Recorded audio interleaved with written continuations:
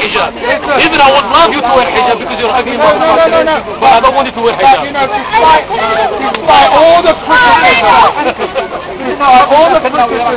the Jews receive, you know, the Jews primarily are very, very nice people, and they believe in nothing,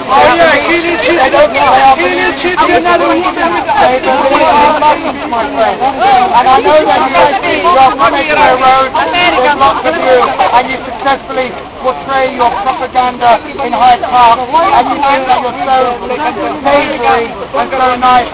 But the truth is very, very differently. Because at the end of the day... Excuse me, I know why you don't like a Muslim. I do like Muslims. You know why? I do. Your wife? I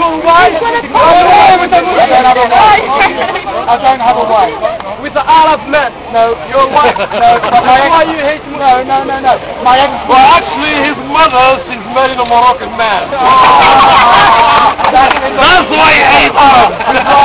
That was a long time ago. And his mother, she likes me, By the way, there are actually. many Jews in Morocco, but actually... We have a lot of orange Jews, yes.